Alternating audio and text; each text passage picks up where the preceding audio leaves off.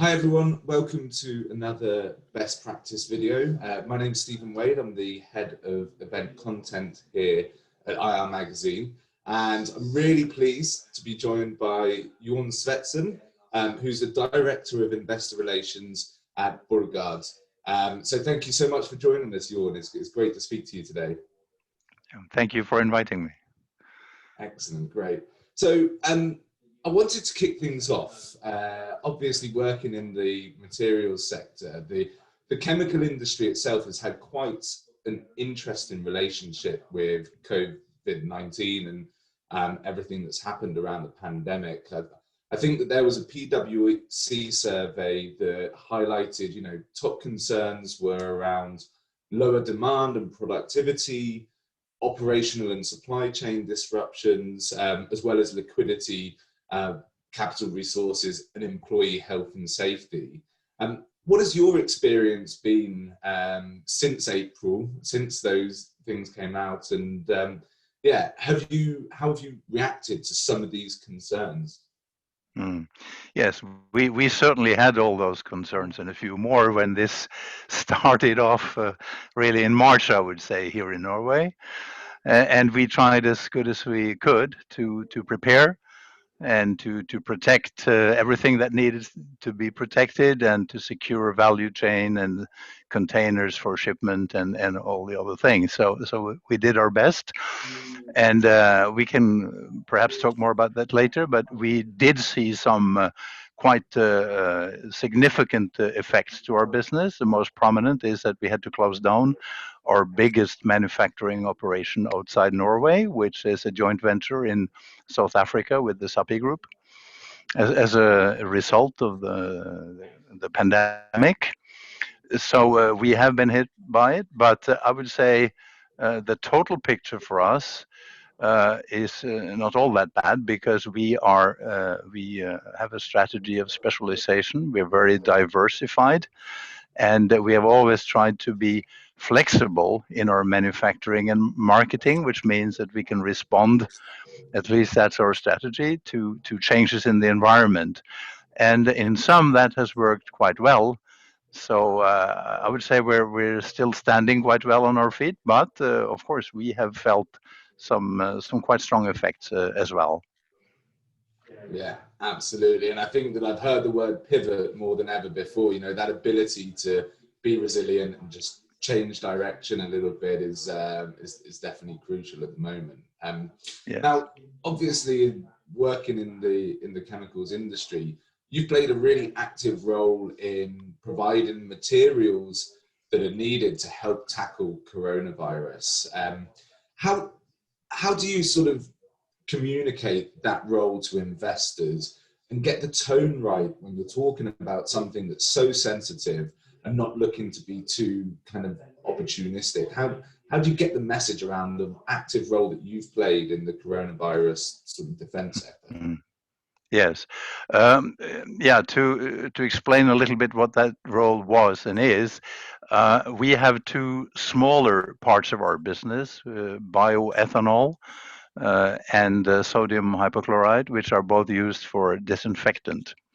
And particularly the ethanol is used widely now in the as a hand disinfectant, and also for equipment and so on. So for that reason, we were classified by the Norwegian authorities in these sectors as a manufacturing industry of vital importance in the context of the pandemic. And our view on communication has been and still is that we play a low key on that side of it, and we haven't really gone out massively and talked about that. But the guiding principle for us was use the same criteria as we normally do when we communicate with investors and analysts. That is, we talk about the relevance for the business, the effect on profitability, sales, changing markets, switching from fuel to disinfectants and so on. But we did not spend a lot of time or let's say we didn't engage in a lot of communication. Look how important we are, because to be honest, there are many organizations that are more crucial in fighting the pandemic, but we played no part. But we focused on the business side and the actual deliveries and doing the job rather than on the communication. Yeah, absolutely. And I'm curious to sort of move things on to the bigger picture, and obviously all of the economic and kind of cyclical impacts that this virus has caused and have had on business. Now, as a smaller cap firm, I'm really interested to understand what sort of challenges you had around those kind of big market forces in 2020, and how you've responded to the pressures that are put on you by the economic situation. Yes, of course we are floating on the sea, as you say, and there are strong economic and other forces that we need to adapt to. And again, I would like to come back to our strategy of specialization and the fact that we are serving many different industries with different products in many parts of the world, which again gives us the flexibility and the possibility to adapt. But of course, we have seen gradually a drop in demand in some sectors. And to some extent, we have been able to compensate that by selling to other sectors and for other end uses to the degree that we have flexibility and there is sufficient demand. But specifically in our case, if you look at our main product, which is lignin or biopolymers, we lost the biggest manufacturing capacity, at least temporarily, in South Africa. So you could say the reduction on our supply side was bigger than the reduction on the demand side. So we didn't run into a terrible surplus situation or anything like that. On the contrary, there is rather a shortage now of material that wasn't there before. So you could say that was some kind of natural balance in the situation. Yeah, absolutely. No, that sounds great. And also, over the past 6 months, the way that you deliver your investor relations program has changed dramatically, which is the same for all companies. So I'm curious, what have you learned over the last 6 months? What are those things that you've changed, that you kind of learned that's new? And are you going to make any permanent changes to your investor relations program as you go into 2021? Sorry, I just lost the video now. Can you still hear me? Yeah, we can still hear you loud and clear. I can. Lauren, can you hear okay? Yeah, I can hear and see you both. So if you just want to redo that question, Steve, that would be no problem at all. I'm sorry, but no, I can see you again. Excellent. It could just be our Wi-Fi connectivity or something like that. Yeah. So if it let me say, if it happens again, I'm quite happy to finish just on the audio. Sure. Yeah. No, it should be okay, but we'll give it a go. So what I'll do is I'll read out that question again, and we'll just go back into it. Okay. Very good. All right. Great. Fantastic. Okay, so Jørn, can you also tell us something new that you've learned from the past 6 to 12 months, and what will you be taking forward in your IR efforts as we go ahead into 2021? Yeah, I think obviously the biggest change this year has been the fact that we no longer travel to meet potential investors and analysts. And other than that, I think so far we have been doing our IR work much the same way as we did before, with the same strategies and the same thinking behind it. I think Of course, it's an important and interesting question. In my view, it's a bit too early to say what we have actually learned and what in what way this will change the way we operate in the future. And of course, I think we have all learned that it works relatively well, even if you don't travel and meet people physically. And we've learned a lot about Zoom and Skype and Teams and everything else. And that might well be something that becomes a permanent thing, that you travel less. But I must also say that, and particularly for us, this has been a big change, because it has always been our strategy to travel a lot, to meet a lot of people, because we're a small company. We have a unique business model that you don't find with other companies. And it's a very complex story, in the sense that we have unique products going into many different areas. So we have always felt that in order to be successful in our struggle for investors' attention, we need to travel and meet people and to explain it and have the personal contact. So I think we are still benefiting from these efforts that we have done over a number of years. We know a lot of people. They met us, even though they're not shareholders. They heard the story before. So it's easier to pick up the phone or to have a Skype or Teams meeting or whatever. If this lasts for long, this effect will obviously run out. So I think it will be very interesting to see in what way it will change things. But speaking for myself, I think it's too early to conclude right now. Absolutely. And just to follow on from that, you've got biorefineries, you've got tangible products. Sometimes investors need to see the technology, need to see the facility, which of course, when you can't travel, poses a big problem. So how have you found that experience? And have you done anything to try and overcome that sort of barrier in terms of going and looking and seeing how things work?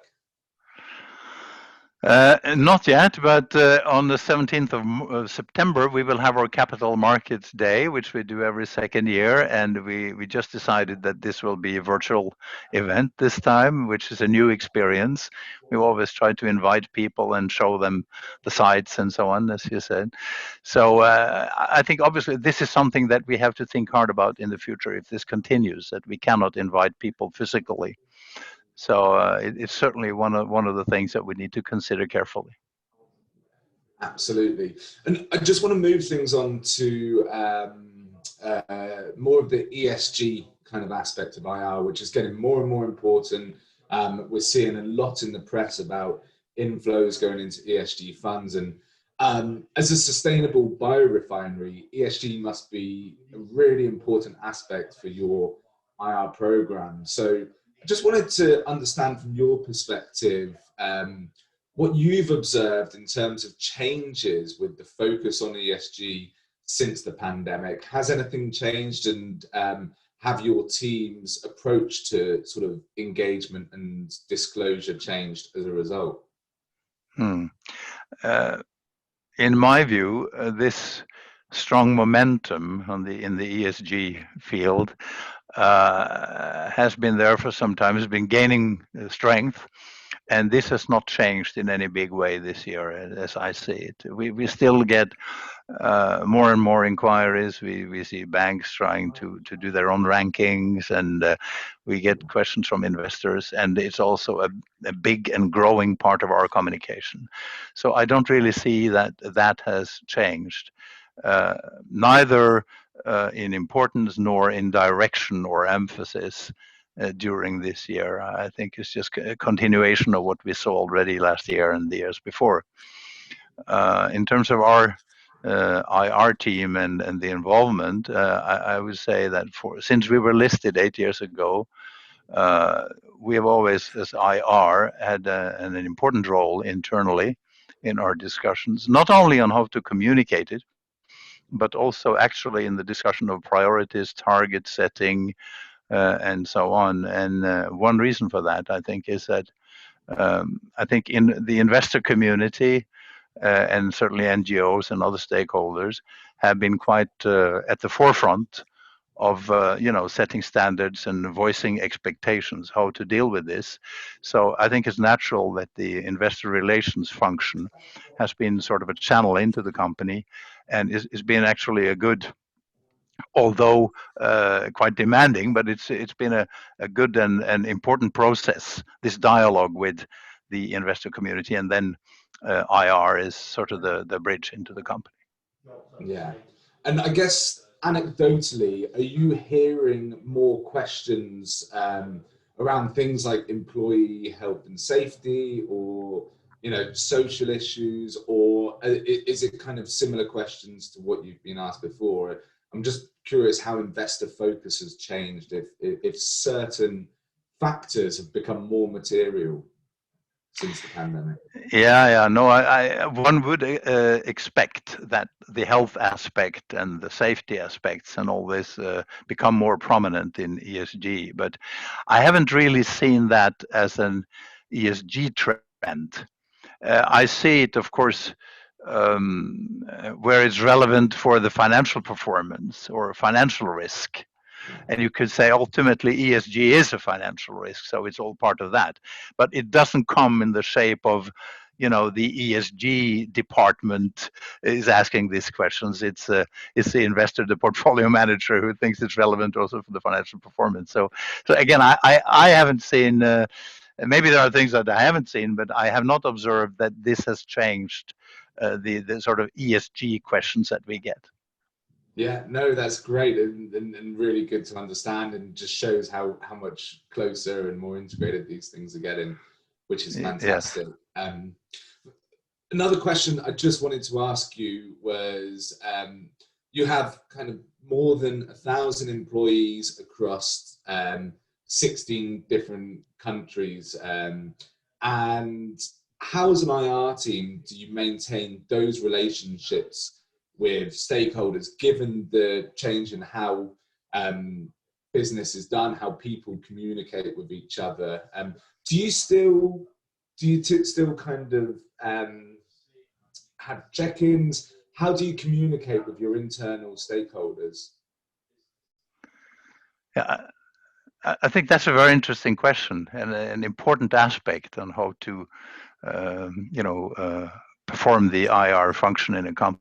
I think internal communication also with colleagues in other parts of the world is important from an IR department's perspective, because for many reasons, I've noticed that many of our colleagues in other countries are really interested in how we communicate with the investor community, and they follow the live streamings and our presentations and so on. And again, they're very proud of their part of the business, so they would like to see that having a prominent place. And they're also concerned that we give away too much information to competitors and customers. A number of reasons why they're interested, but I think it's genuine. And I think particularly in changing times, to have that also IR spend some time internally to understand what's going on in the company, and also to share some of the feedback from the investor community. I think that's very important. And how we do it, I mean, I think I've been very long with the company, and I've been in operational functions, so I may have an advantage in the sense that I know the people, and I've been in their places in a way. So that makes it easier for me to share information with them that I pick up. And it's also important for me in my role that they send me an email or give me a call when they pick up something that they think could be interesting to me. So yeah, that's I think, especially in changing times, it's important to keep that internal communication in mind. Fantastic. I just have a couple more questions to ask you, but firstly, I'm curious to understand, along that same line in terms of things going virtual, how you're approaching your roadshows and corporate access in the short to medium term. So how do you think that corporate access has changed? And are you still doing things like taking a geographical approach to your roadshow planning? Yeah, I would say so far we're approaching it in the same way as before, with the exception that we don't travel, we do it virtually. Which means that we still like to have the sort of geographical focus that we work with banks and brokers, and so it's sell-side assisted roadshows or arranged roadshows. And we have seen a trend that some of the banks that typically, can you do something for us in London? And then they come back and say, would it be okay if we include someone from Paris or Copenhagen? And we have done it on some cases, but still we prefer to do it on a geographical basis because we think it gives us much better control, and we are in a better position to do the planning. What we want to avoid is that we have several people contacting investors and offering them a meeting with Borregaard, because we have to be realistic. We're a small company and there are many others out there. So we don't want to be in a situation where investors feel that there's just too much of it. So we like to keep that control. I'm not saying that this could not change in the future. Maybe it will, but so far we have not really changed our thinking around roadshow, with the big exception that we are not traveling. We do it virtually.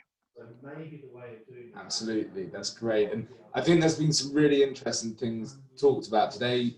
Firstly, in terms of how you're pivoting your business, the communication with investors, focusing on that bottom line and what fundamentally matters to the profit and loss,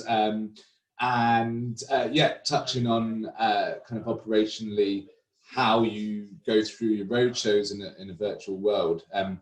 Before we go, I just wanted to ask you one very quick question. If you had one piece of advice that you could give to all of the IROs that are watching this, what would be the number one sort of tip that you'd give to some of your peers to help them as they move forward with their IR program? You mean in terms of learning from the pandemic so far? Learning from the pandemic, or in general, it's a really open question. What do you think is the sort of most important thing you could pass on to the next group of IR coming in? Yeah, well, there are many general tips and hints that we got when we were listed 8 years ago, and I think they are quite well known in the industry. I think what I would like to perhaps mention that we are, at least so far, quite happy that we decided to not to overflow the investor community with information on all our measures and so on with the corona. We felt that could easily be an overflow, and there are so many things changing. So we tried to have a, let's say, down to earth approach. Be very careful about what is relevant, and don't take up too much of people's attention if it's not fact based. We don't want to engage in speculation and so on. So I think so far we're quite happy about that we did that. It doesn't mean that we are holding back anything. It's just that we know that people's time is limited. So that's one thing that we have. I think we had a positive feedback on that,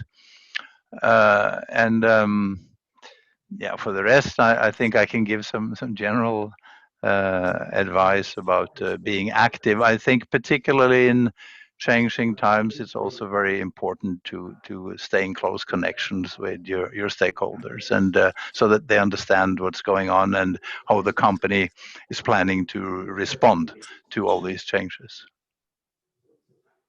Brilliant. No, I think that sounds fantastic, and thank you so much for joining us today. I'm sure that this will be a really interesting conversation for everyone watching, and look forward to catching up with you again when we're able to travel, hopefully in person. But thanks so much for your time, Jørn.